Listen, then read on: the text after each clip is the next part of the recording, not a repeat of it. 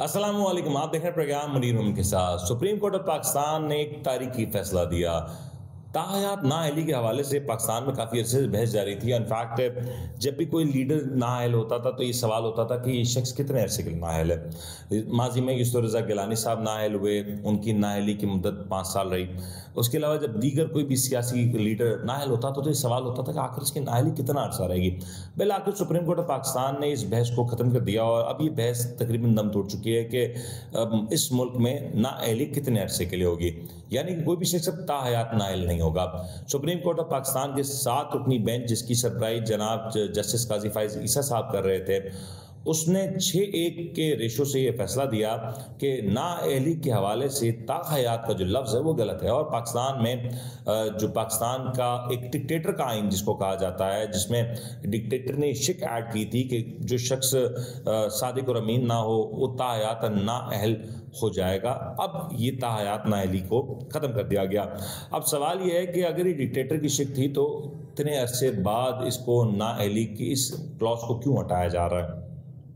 दूसरा सवाल यह है कि जब दुनिया में कोई भी कानून बनता है तो कानून क्यों बनाए जाते हैं। कानून सख्त बनाए जाते हैं ताकि लोग इसको तोड़ने से खौफजदा हों, ना कि उनको आसान बनाया जाता है।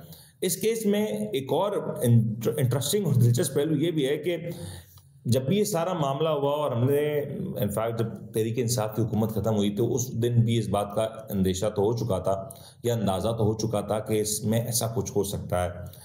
लेकिन उस वक्त जो मौजूदा चीफ जस्टिस थे उस वक्त के, उस दौरान इस पिटिशन को दायर नहीं किया गया या ये सारे जो मामला थे उस दौरान नहीं उठाए गए। इस तमाम तर सूरत हाल को उठाया गया इस नए बेंच के सामने और कहीं ना कहीं नून लीग को इस बात के खदशात थे कि अगर ये मामला पिछले चीफ जस्टिस पाकिस्तान के सामने आता तो ये मामला उनके खिलाफ जा सकता था।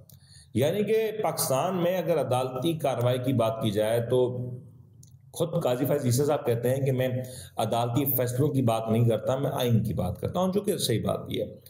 यानी कि इस बात का भी इम्कान है कि आने वाले मुस्तकबिल में यही सवाल जब किसी और चीफ जस्टिस से किया जाए तो वो इस हवाले से अपनी मुख्तलिफ राय रख सकता है या मुख्तलिफ हालात में इसका फैसला कुछ और भी हो सकता है। बहरहाल पाकिस्तान में ये कब फैसला आ चुका है और इस फैसले के बाद कोई भी शख्स ताहयात नाअहल नहीं होगा। यानी कि अगर कोई शख्स आपके घर का मुलाजिम हो और वहाँ पे वो चोरी करे, चोरी के बाद पकड़ा जाए और उस पकड़ जाने के बाद वो अपनी सज़ा को मुकम्मल कर ले तो आप उसको फिर से नौकरी पे रखने के लिए पेशकश कर सकते हैं या वो अपनी पेशकश कर सकता है और उसको टेक्निकल ग्राउंड पर रद्द नहीं किया जा सकता कि उसने चोरी की है। पाकिस्तान का मुस्तकबिल अब इस तमाम तो सूरत हाल के साथ ही जुड़ा है। इस केस में कुछ सवालात मैं ज़रा क्विकली वो सवालात उठाना चाहूँगा क्योंकि कुछ चीज़ें जो शायद नज़रअंदाज हो गई। इस केस में एक बड़ी अच्छी हाईलाइट ये भी रही कि इसमें इस्लामी तर्ज की बात हुई, इस्लामी क़वानीन की बात हुई, इस्लाम किस बात को दर्ज देता है उसका भी तस्करा हुआ। एक बड़ी डिटेल कॉन्वर्जेशन है जो टीवी पर नशर भी हुई। लेकिन कुछ इस्लामिक टच पॉइंट्स की जब बात हुई तो मेरा सवाल यह है कि इस्लाम में तो चोरों के हाथ काटने की सज़ा भी है, तो क्या वो सज़ा पाकिस्तान में राइज है? इस्लाम में तो बहुत सख्त सज़ाएं हैं अगर कोई किसी का माल लूटता है, किसी गरीब का, किसी यतीम का।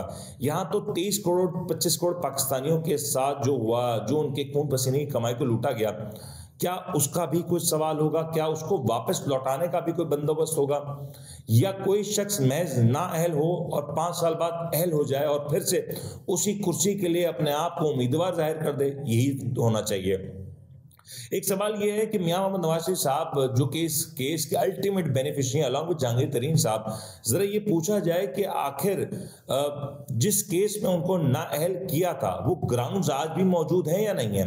क्या वो घर जिसका तस्करा उस केस में हुआ, एवनफील्ड अपार्टमेंट्स, लंदन की प्राइम प्रॉपर्टीज, क्या वो केस आज भी वो घर आज भी मौजूद है या नहीं है?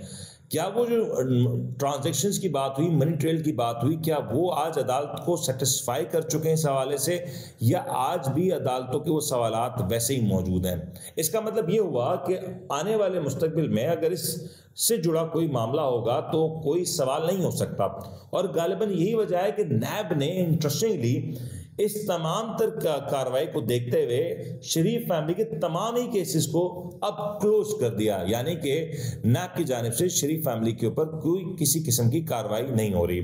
पाकिस्तान का एक अजब निज़ाम है और मेरे ख्याल से इस फैसले के बाद बहुत से लोग खुश हुए हैं और बहुत से लोगों की खुशी यकीनी तौर पे दीदनी भी है, क्योंकि अब आप अगर किसी जुर्म कर भी जाते हैं, आपने कोई जुर्म कर लिया, आप कोई मर्डरर हैं, कोई रेपिस्ट हैं, आप किसी किस्म का कोई हक तलफी कर लेते हैं, कोई फ्रॉड कर लेते हैं, तो आप ज़्यादा परेशान ना हो, क्योंकि आपकी नाअहली बहुत महदूद अरसे के लिए।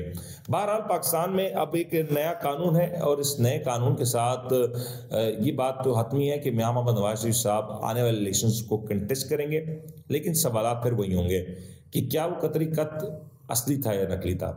फिर सवाल ये भी होगा कि क्या वो कैलिब्री फॉन्ट असली था या नहीं था।